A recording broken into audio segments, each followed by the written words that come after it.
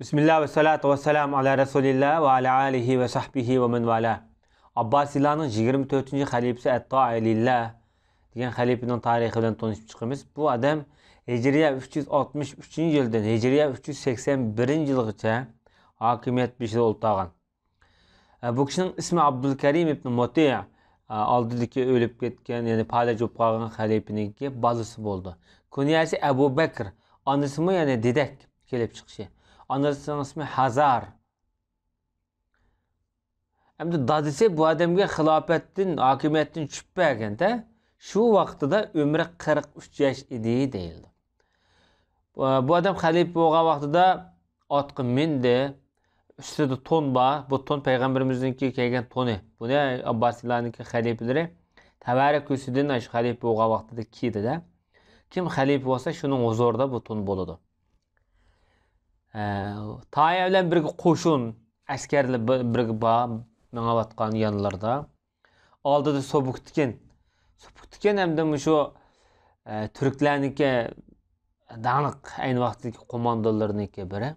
Bu Abbasilar davridagi Sobuktikin bu.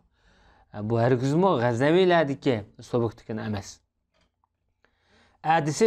Atsi hamda xalifa bo'lib atsi Sobuktikinga saltanat tonini kiydi. Saltanat deganimiz bu yerda hamda bu sulton deb buni e'tirof qilganlik bu yerda. Ham buningga bir bayroq ba'dida bu bayroqni berganligi bu odamniki buni cho'ng bir vali, bir hokim deb e'tirof qilganlikniki belgisi. Shunaqla bir vassal xon bo'ladi undaqdi bu. Buni Nasruddavla deb laqam qo'ydi-da. Şunun bilen şu aralıkta hem de keyin Izzuddavlaning Sobuktikinniki orasida nurg'un azarchilik yuz berdi. Izzuddavla o'zi Fars tarafdori, Sobuktikin o'zi turk. Shuninglar atrofiga o'ziniki turk askarlarini bu o'ziga chaqadi. Hamma turk askarlar buningga ma'qul bo'ldi. Demak, bu yerda Farslar bilan turklar orasida bir millatchilik to'qnashuv yuz beryapti hamda. Izzuddavlaning Sobuktikinning orasida nurg'un urushlar bu yerda davom etdi. Mushi yilning o'zi, ya'ni 363-yili ishki haram Makka Madinada duo, xutba hammasi Fatimilarning sultoni Muizzuddavlaga o'qildi. Demak, bu o'rinlarni Fatimilar egallab oldi degan gap, Misrni egallab bo'lgan hozir. Hijriya 364-yil bo'lgan vaqtida Izzuddavla Bag'dodda turdi. Izzuddavla bu Izzuddavlaniki nevrakisi ya tog'isi taraf. Bu Parisda turdi. Bu Bag'dodga keldi hamda. O'zining inisi Izzuddavlaga yordam berish uchun Sobuktikinga qarshi. Bu kelgandan keyin Bag'dodni ko'rib, Bag'dodni qiziqib qoldi-da. Bag'dodda shu vaqtida bütün dünyanın payitaxtı, dünyanın hamma narsa tepildigan. Bag'dod, Paris hamda Bag'dodga nisbatan bir aytganda bir cho'l, bir sahro hamda. Shundan bu odam, bu Izzuddavla degan Bag'dodga qarshi bu yerda nurg'un harakatlarni elib bordi, askarlarni o'ziga jalb qilib tortdi. Oxirida bu Izzuddavlaga qarshi qo'zg'olon ko'tardi hamda. Bu Izzuddavla o'ziniki saroyini taqib oldi. Oxirida Izzuddavla bu tog'isi yoki nevroksi bo'ldi. Toyining nomida xilofetdan butun jutlarga xat yozib, Izzuddavlaga bu ishlarning bekib qaror topganligi haqida yorliqlarni yozdi. Keyin Toyi bilan Izzuddavlaning orasida yana qalayimqanchiliklar, uqishmasliklar yuz berdi. Izzuddavla hamda xutbini Toyidan uzib tashladi. Bu nerede bo'ldiysa Bag'dodning o'zida. Mana bu avval Jumadil Ulaning 20 yuz berib, Rajabning 10-i, ya'ni qaytadan xutba Toyiga qaytib keldi. Bu xutbani uzdi degan gap sen xalif emas deb buni tushunganlik bo'ladi.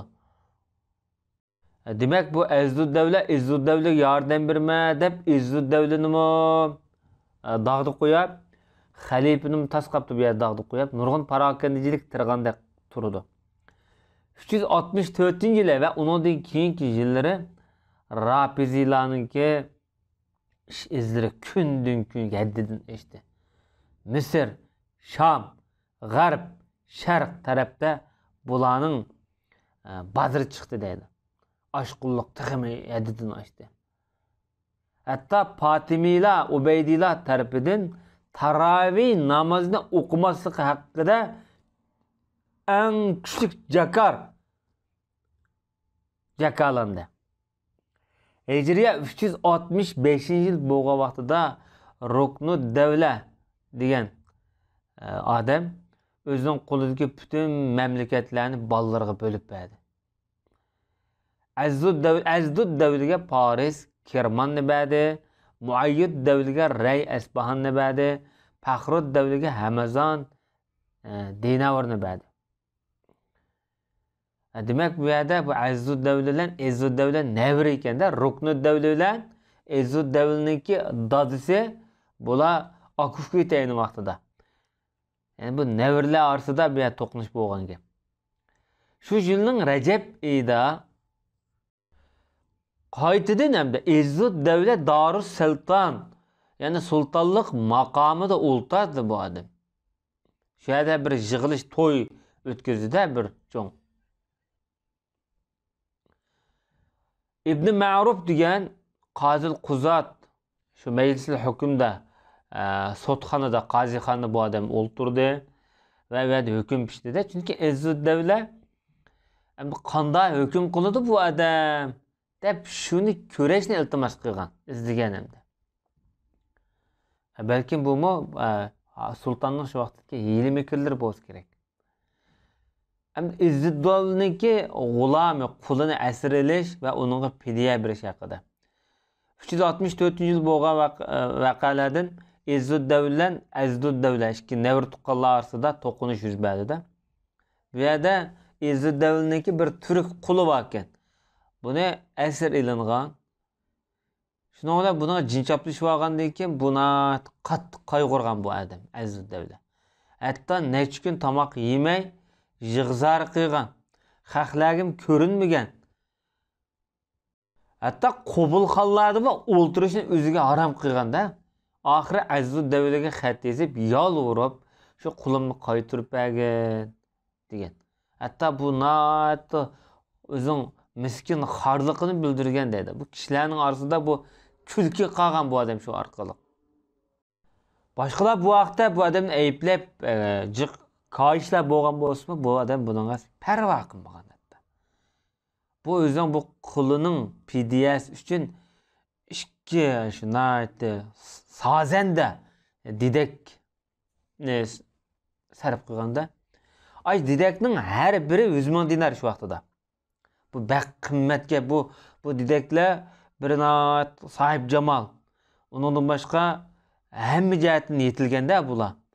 Alamda, qalamda elchiga tiqmondoq degan.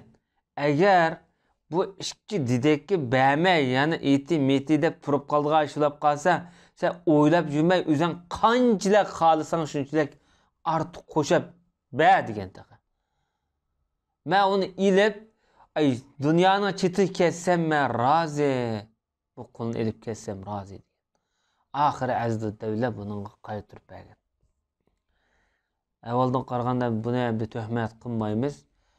Balkim bu Farislarning, Pashtularniki işte qalayimqon ishlar borda, işte o'g'avalliga amroq qilgan.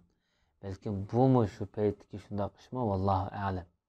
Bu dahshat oshganda bu o'zing quliga.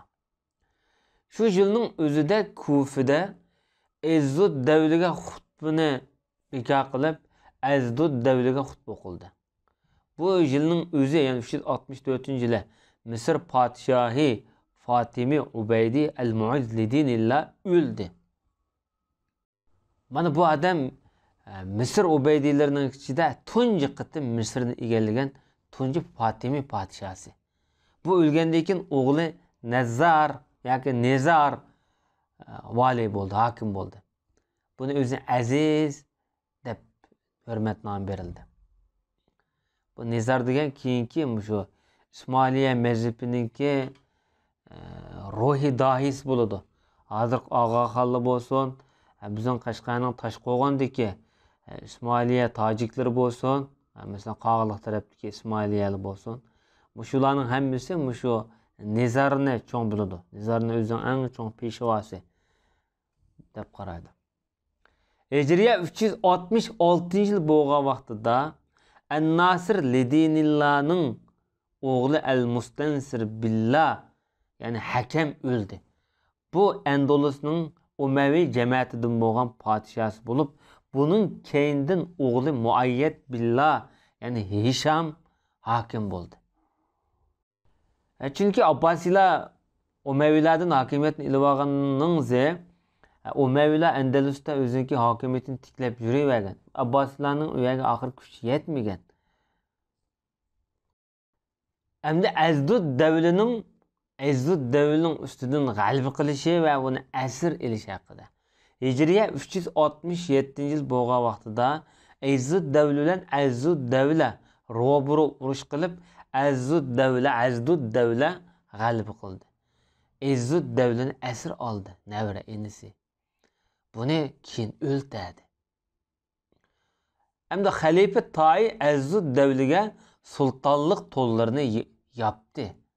Buni noit qimmat baliq javhar tojlar bilan toj taqab qo'ydi. Hatto buning bir qilich esib qo'ydi. Bu tojni buning hatto bilezik zanjilarni esib ketdi. Buni sulton deb e'tirof qildi hamda. Buning o'z qo'li bilan ikki bayroq qadab berdi-da. Buningga ko'rsatmagan tuhfilni ko'rsatyapti. Biri amirlik martabasidagi kumushlangan bayroq, ya'ni biri valiahdlik martabasidagi oltin halvagan bayroq. Bundan burun bu ikkinchi bayroq bo'lib, oltin bayroq hech qanday odamga qadalmagan. Hatta bu jihatda bu ahdinoma to'xtamay yozildi. Podshoning huzurida bu to'xtamnoma o'qildi bu yerda. Bundan burun bunda odat bo'lib boqmagan. Undan burun bunda ahdinoma to'xtamnomani podsho xalifaning huzurida valilarga beriladi. Vali ilib uni amiril munda dedi deyildi-da. Mana ma'vu mening senga bergan yorliqim, sen mush bo'yicha amal qil, mushta ishto hokimiyat siyosat yurgiz deb manda o'qilatdi. Bu Azdud davlining huzurida o'qilyapti. Bu yerda xalifa atoqda Toyi bo'lgan bilan haqiqiy huquq bu yerda Azdud davlining qo'lida bo'lib qoldi. Hijriya 368-yil bo'lgan vaqtida Toyi Azdud davlining sarayining oldida Daqdumbaq Nag'rchunay chilishga buyruq tushirdi dedi. Bomdod vaqtida, Sham vaqtida, Xubdan vaqtida. Hatta xalifaning ash munbirda, saroy munbarlarida buningga xutba o'qishga buyruq tushirdi. Nimaga ojiz bu bechora bu vaqtida xalifa. Ibn Javziy rahmatullohi alayhi shunday deydi: "Mana ish burun yuz berib boqmagan. Hatta vali ahdlarga bunchalar bundaq avval kengir qo'yib etilgan emas" dedi. Muizzud davla haqiqatan dedi. Bu Madinatut Salom, ya'ni Bag'dodda bu Daqdumbaq Nag'r sunaylarning chilinishini bu haqiqatan yaxshi ko'radi. Ayni vaqtda Muizzud davlatga burun qo'yamdi. Motiyadan oshaqda izn so'ragan vaqtida ruxsat qilmagan. Amaliyotda Moti'mi ojiz, bu Toyining dadisi. Bu davrda Muizzud davlatga ruxsat qilmagan. Ammo Toyi Azdud davlining zamonasi kelgan vaqtida bu qilyapti. Muizzud davlatga Azdud davlining tog'isi bo'ldi. Bunchalar shon sharafga nima uchun Azdud davlat erishdi degan vaqtida xilofat maqomi ojiz bo'lg'achqa bunga erishdi. Va sallallohu ala nabiyina Muhammad va ala alihi va sahbihi ajma'in.